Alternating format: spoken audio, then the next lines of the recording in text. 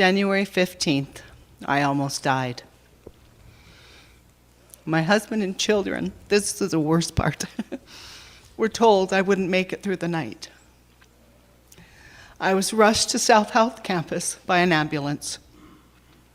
I was hooked up to every machine known to modern medicine. Respirators, tubes in my neck, tubes in my chest, blood transfusions, respirators, and 5 or 6 ICU doctors working in harmony to save my life.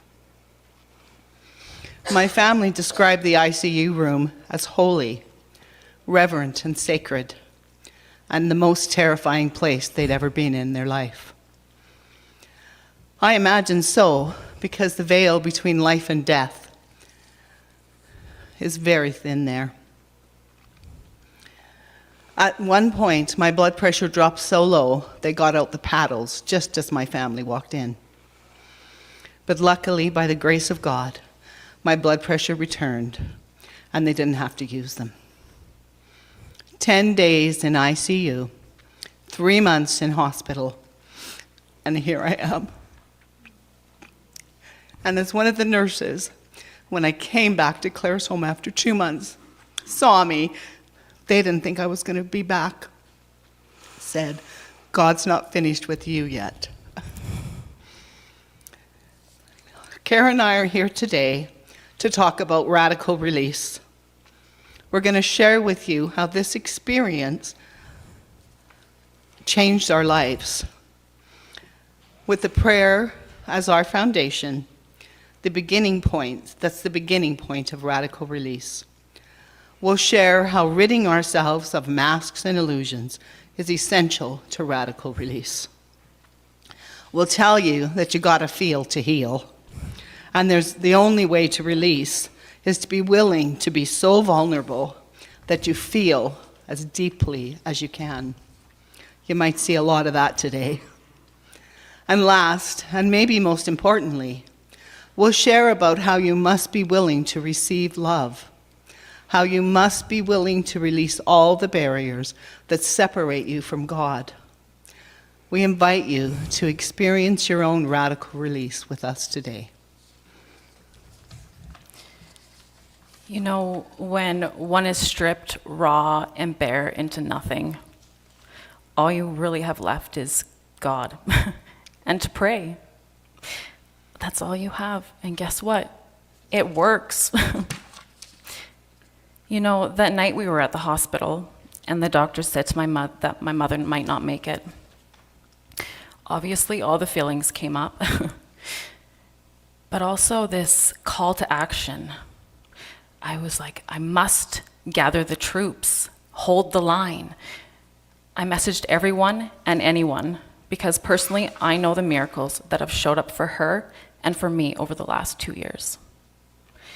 My mother had prayer groups praying for me when I was at my lowest, stripped of nothing, all my life, my belongings, my identity, completely beaten till nothing was left.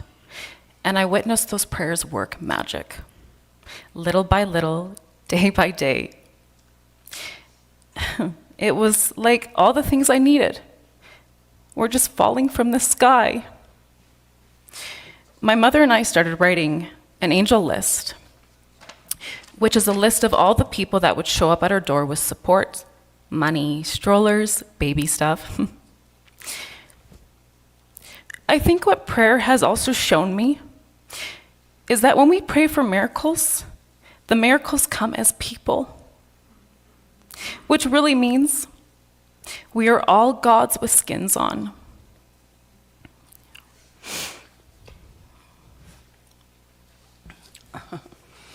The moment I arrived at the hospital in Claire's home, I had a team of prayer warriors. I have a really good friend who works in the lab, and she came to my aid immediately. She didn't think I was making it. In her words, I'd bottomed out. She asked my husband, can I get people praying? He said, of course. A circle of light and love, with prayer as its foundation, surrounded me. Interestingly, during those 10 days in a coma, I remember very little. What I do remember is that every time I came into consciousness, I was praying. I was doing the Ho'oponopono prayer. I was saying, "Be still and know that I am God, and trust and be not afraid." Prayers and mantra that I've used my whole life. Many people asked me if I saw Jesus. Some people told me I visited them, like Susan. And I was disappointed to tell them that I had no big mystical experience. After contemplating this for a while, I began to realize that the mystical experience was that every time I came into consciousness, I was in communion with God. What's more mystical than that? As Jesus, when he went around healing people, and they would say to him, "Thank you, thank you," and he would say, "Go your way, your faith hath made you whole." So talk to God first. Every worry you have, talk to God first. Don't worry about anything. Instead, pray for everything. And you're up. When you can't move a muscle, can't feed yourself, can't toilet yourself, can't brush your own teeth, all the masks and illusions move away. My friend Renee was there one night staying with me, and I was just crying. I said, "I can't move my legs." And Renee was like, "I'm sorry, I don't know what to do." There's no place for masks at a time like that. There's a couple stories that come to my mind as I was thinking about this. One was about this young male nurse. My husband was a little afraid of him, to be honest. He moved kind of frenetically, but with a lot of precision and a lot of fussiness. He indeed called himself fussy. After the first time he came in my room, I dreaded him coming back. I was so vulnerable and I was so helpless, and I was kind of scared. I decided to see past his mask. I decided to connect to his heart. I started asking him questions about himself, and I saw the infinity symbol connecting his heart to mine. A few days later, after I noticed some subtle changes in him, he said to me, "I think I know what you do for a living." This surprised me. I'm laying there, no makeup, no lipstick, no nothing. And trust me, I was not like, my usual bubbly self. And he said, "I bet you're an entertainer, some kind of comedian." I was shocked, and I said, "Well, I have done a lot of theater." And I was so curious how he had discovered that or thought that about me. What I realized is we can't hide the essence of who we are. No matter how we feel about what's happening to us on the outside, the essence of who we are shines through the inside. He began to see me as more human, more than just a body to perform his tasks on. This surprised me, but what a beautiful way to connect. He later told me, which further revealed the masks that he wore, that in 15 years of nursing, he never saw or felt what he felt in my room. He said, "Often people sit alone, especially when they're dying. And my room was full of love. People coming and going, people praying, sound bowls ringing out, all kinds of magical things." And I told him all they were my family, because that just was easier. And he said he'd never experienced that before. I saw his masks drop, and I also saw, perhaps, the deeply compassionate person that he truly was, and the mask he thought he had to wear because of the pain of watching people suffering for those years. Another nurse who impacted me deeply, she was a night nurse, and she would not come in and turn the light on. And you don't know how grateful you are as a patient for that. All the other nurses would come in and just turn the light and blare it in your eyes. She would come quietly in the dark. She would tend to my needs, change me, care for me, so lovingly. I asked her one night, and remember, I've never seen her face, "What's your name?" She said, "My name is Mary." I said, "Of course it is. You're carrying the energy of the Blessed Mother and Mary Magdalene. You care for me with so much love and tenderness." I couldn't see her face, but I heard her sniffles. And she said, "Thank you. I wear that name as a great honor, and it's so beautiful that you could appreciate and see that." No lights, no masks, just the essence of who she was. All of us are like that. We cannot hide who we are. You are the expression of God. No mask can hide that. God, take away every mask and illusion so that my soul purpose can shine.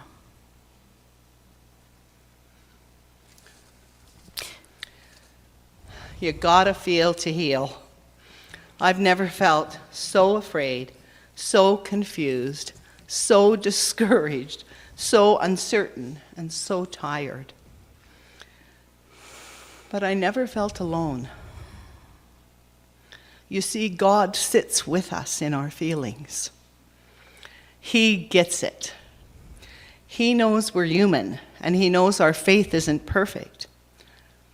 I was watching the series Chosen a few years ago, and I was getting frustrated watching the disciples. Over and over, they would be with Jesus, and he'd be performing miracle after miracle, raising the dead and healing the sick. And they would be there as witnesses. And yet every day they said, "Where are we going to sleep tonight? What are we going to eat tonight? What's going to happen to us?" One morning during my prayer time, I recognized my own part in that very same story. I saw that as much as God gives me and as many prayers as I've had answered, I'm always asking, what's going to happen, God? I'm always lacking faith. And I had such a feeling of sorrow. I poured my heart to God and I said, "I'm so sorry. I don't know why I'm like this." And I heard this distinct voice say, "It's okay. It's just your humanity.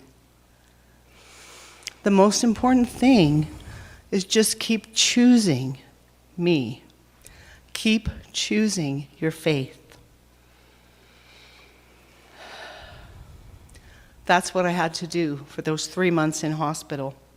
I never stopped believing I'd be okay. In fact, maybe a month or 6 weeks in, this rude doctor came in, and he was very aggressive about me having to go into rehab for the rest of my life. And my husband and I started to cry. I thought I was doing really well.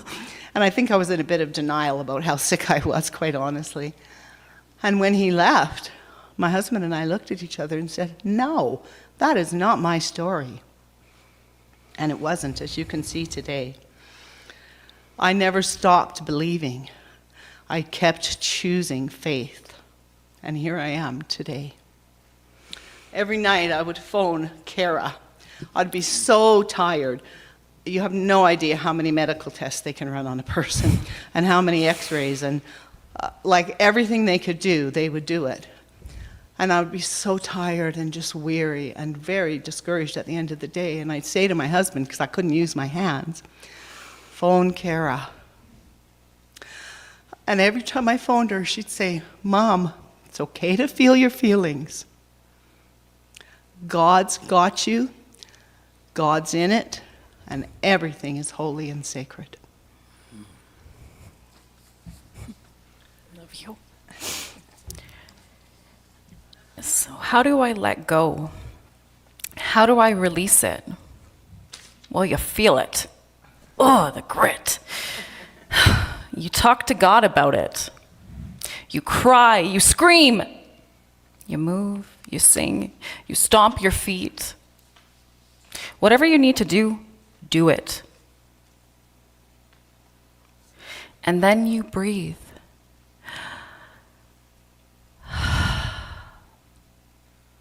And then you trust God. Because guess what? Nobody dies from feeling their feelings. They die from the things they use to avoid them. So, dear God, teach us to honor our emotions as sacred, knowing that in expressing them, we are freed. And just remember that in the discomfort, there is a gift. The gift is that God wants to pour into you, which leads us to allowing God and allowing good. Probably the biggest lesson was learning how to receive. The continual prayer support was one thing, but there were so many other ways that I was loved and supported. For over 30 days, someone would come to my room each night at 9 o'clock and relieve my husband of his caretaker duties. They would stay with me through the night, holding my hand, rubbing my feet, pulling up the blankets when the nurses left me yet again uncovered. Over and over, I kept getting the message, it's okay to receive. It's your job right now. For someone who spent their lifetime giving to others, this was very hard. Sometimes the depth of the love and caring was almost too much to take in. I would feel overwhelmed with it. This is the most radical release of all, allowing that love in. Releasing the barriers to God, releasing the barriers to love. Letting go of all false feelings of unworthiness, the overwhelming guilt and shame, the fear that love would run out. I had to let go of it all. And what I found out was how truly loved I am. It was humbling. It was overwhelming. And sometimes hard to believe. But God's love never ended. And that love was expressed over and over through people. God's with skins on, as Cara says.